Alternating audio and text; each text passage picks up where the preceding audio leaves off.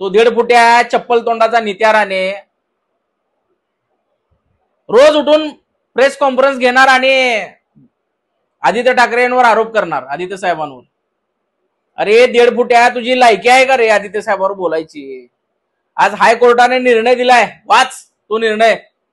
आणि तो एसआयटी ना, तुझ्या बापाने एसआयटी स्थापन केली होती ना, तीच एसआयटी हायकोर्टासमोर प्रतिज्ञापत्र दाखल करते आणि म्हणते की दिशा सालियांचा मर्डर झालेला नाही, तर तिची आत्महत्या झालेली आहे. आता काय करायचं नित्या राणे तुझं? हायकोर्टाने आता तुला कुठली सजा दिली पाहिजे? विनाकारण कुणावर आरोप करणार ही अवलाद आता या महाराष्ट्राच्या जनतेसमोर जमिनीवर नाक घासून माफी माग, नाहीतर ते आदित्य साहेबांचं बूट चाटून माफी माग की आदित्य साहेब माझं चुकलं, मला माफ करा, मी तुमच्यावर खोटे आरोप केले म्हणून माफी माग या महाराष्ट्राच्या जनतेसमोर. हीच तुझी लायकी आहे 1.5 फुट्या. अरे कोणावर आरोप करता तुम्ही? ज्या पक्षाने तुम्हाला चिंधी चोरापासून आज एवढं मोठी संपत्ती तुम्ही कमवलात, बाजारातले चिंधी चोरच तुम्ही. तुम्हाला या मातोश्रीनं वाढवलं, मोठं केलं, त्या मातोश्रीच्या आदित्य साहेबांवर आरोप करता तुम्ही. लाज वाटली पाहिजे.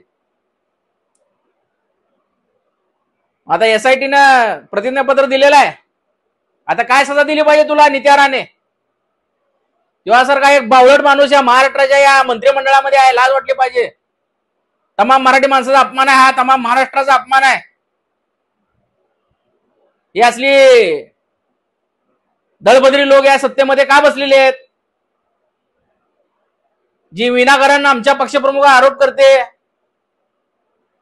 हे असल्या कोंबडी चोराचा लवकरात लवकर निभाव लावला पाहिजे आणि शिवसैनिक तुमचा निभाव लावणार. आज पण काय तर तो कोंबडीचा आवाज काढलेला आहे मंत्रालयामध्ये, विधान भवनात. वारंवार कोंबडीचा बदकाचा आवाज काढतोय, बेडकाचा आवाज काढतोय. ही असली बेडूक कशी काय जन्माला आली काय माहिती या नारायणाच्या पोटावर. त्यामुळं नित्या राणे अवकातीमध्ये राहा, अवकातीमध्ये.